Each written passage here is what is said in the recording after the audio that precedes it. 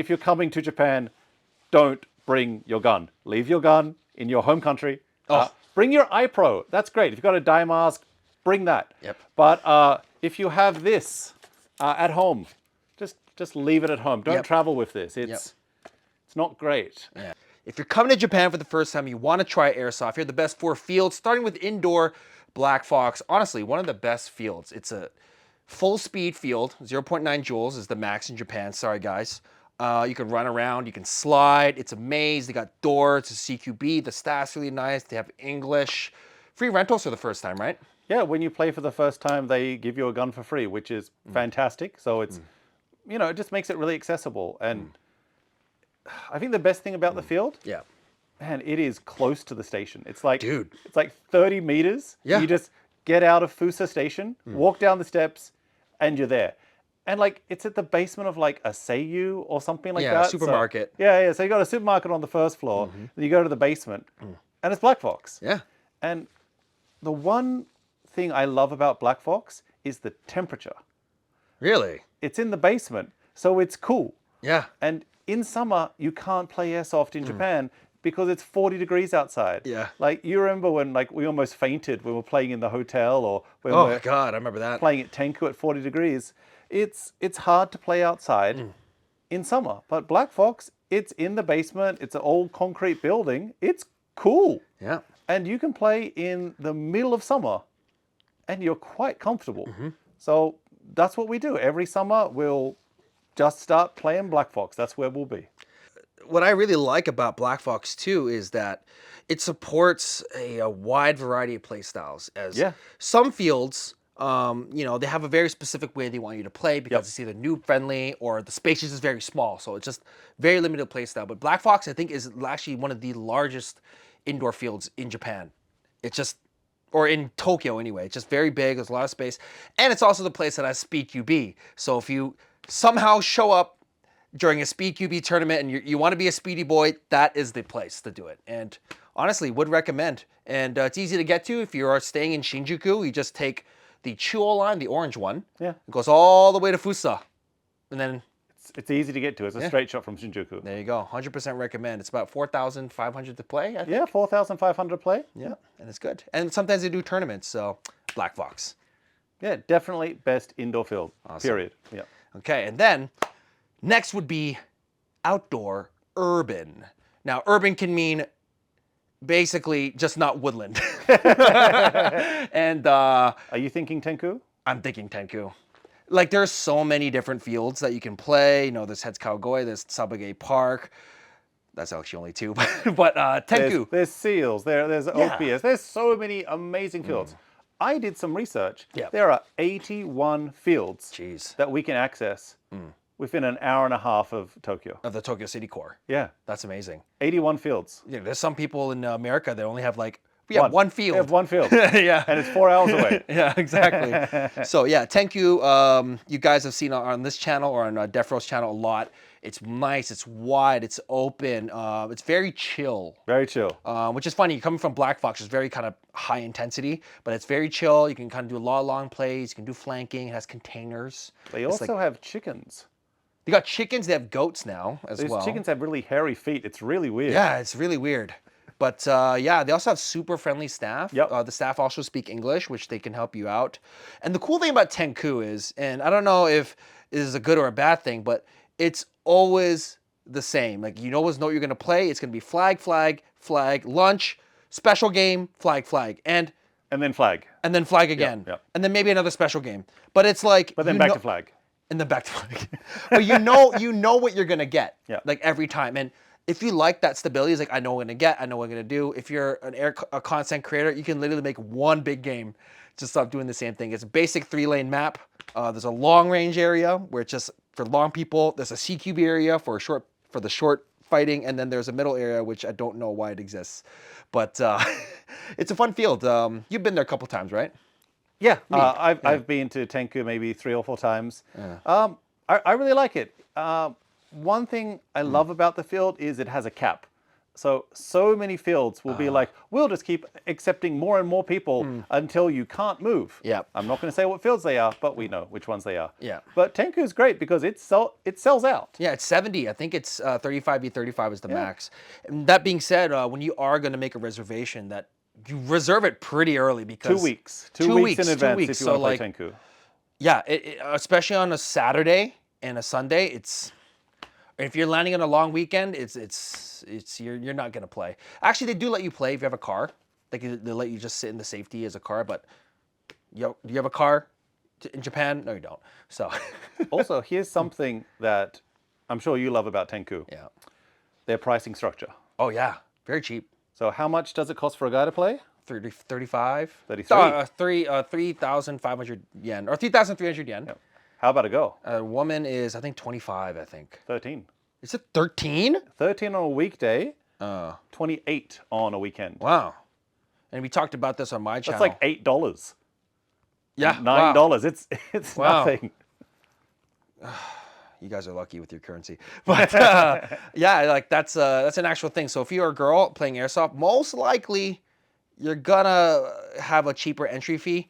That's a whole different can of worms. But yeah, just enjoy that benefit, I would say. But thank you, 100% recommend. They also got a shuttle. They have a shuttle. They'll pick you up from the station. You get really cool views of the city because it's on top of a mountain and stuff. Oh, if you're a content creator or you're just doing some stuff for YouTube or Insta, they have really cool footage because they do drone footage. Oh yeah, they do. Yeah. So they'll record some of the maps. They'll record some of the games with a drone, and you can just download that from their Facebook or whatever and just use it. Yeah, they let you use it. Yeah. And dude, their cameramen are like really good. Yeah. Like every field will take a picture of you, but Tenku, I don't know. They have like the DSLRs. They got the zoom lenses. It's really really good. You do get some good pictures at Tenku. Yeah. They have some of the best pictures. There's some fields where just like. It's just like an iPhone. No hate on the iPhone, but like when you see the person with they got the mirrorless. When you get that nice blurred background. Yeah, it looks good. Looks good. Like half my thumbnails are from the Tenku thing. Oh yeah. But anyways, Tenku, 100% recommend. Anything else on Tenku? I like the shipping containers. Oh yeah. I feel running through them like doing some clearing in CQB. Yep. When there's a shipping container, oh man, it's nice. Yeah. Make sure you bring a grenade because it's also a massive choke. Yeah, bring 4 grenades, as many as you can. Yeah, so, yeah. Also easy to get to. From Shinjuku is like the reference points. Like it's gonna this is how you get there. All right. All right, let's talk about a woodland field. Now, Chiba is just full of woodland fields. There are so many good woodland fields to choose from in Chiba. I'm gonna have to go with Battle. I would say Battle too. It's close. Yeah. It's very close. I'm in Ikebukuro and I can get there in like 50 minutes or something. Like it's really convenient. They pick you up right from the station, and I just love that they don't do the same game mode. Really? Yeah. So they'll do non-stop games, and of course they'll do Ura, so they'll like switch spawns. Yeah. But they will do maybe 8 or so games through the day, and every game is different. So you start with TDM, then maybe capture the flag, but then they'll have other stuff. Like they'll do like one game where they'll give everyone a Springer. Oh, that's cool. And they'll have like a big box of like 100 Springers, and they'll just give them out to everyone, and you'll play a 1-mag match with a Springer pistol like you're a 10-year-old running around the streets. Wow, that's fun. It is incredibly fun. Yeah, they also have a mode when I was there. You go inside this pillbox, and there's like 10 of you in there. Oh, the Devil's Castle. Yeah, and you just full auto everybody trying to siege the castle. And that's super fun and very painful. And you have unlimited respawns. Yeah, you're getting shot in the face. Yeah, it just doesn't end, man. Exclusively. Yeah. Yeah, Battle was good. It had a good balance as well. Like, it's not like all woods. There's like some barricades. So like, you're not going from tree to tree. You're going like tree to barricade, tree to some random container, tree to something, to a trench or something like that. So there's something for everybody. And yeah, I actually really enjoyed that field. It was quite nice. Yeah, good pickup from the station. There wasn't a lot of English support, but the fact that they explained all the games on like a big whiteboard before the game started, they'll be like, all right, this here is a team deathmatch. This is your spawn. This is the enemy spawn. This is what you want to get. You're like, all right, makes sense. I can follow the pictures. Yeah. So I was fine. Yeah, that's good. So Yeah. How much is to play there? I have it on my phone. Da, da, da, da, da. And guys, while he's checking on his phone, if you do want to play Airsoft in Japan, it's always best to play with friends. And of course, you can join AOJ, a community of Airsofters in Japan. And they play chartered games most of the time, I guess. So, like, super fun times. Check them out. Link down below. So how much was it? I got 3,500 yen. So the average is what, like $10 because the yen sucks? Yeah, basically. But yeah, like what I'm seeing, just looking at all these fields, almost all the outdoor fields are 3,500 yen. Yeah. So yeah.